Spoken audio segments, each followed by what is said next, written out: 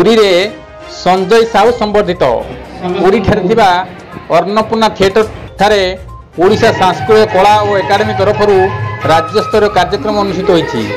एथिरे अति भावे भागवत प्रचार समितिर मंगुली महाराज, मुख्य वक्ता शशधर पंडा, नवघन दास, बरगढ़ धनुजात्रार कंस महाराज, वासुदेव प्रधान, गायक अमित बारिक, समाजसेवी त्रिलोचन बराड़ एवं भागवत स्वाई मंचासीन थिले।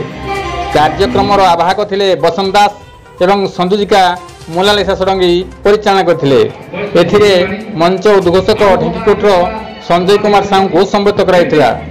गोविंद राउत का रिपोर्ट, केडी न्यूज।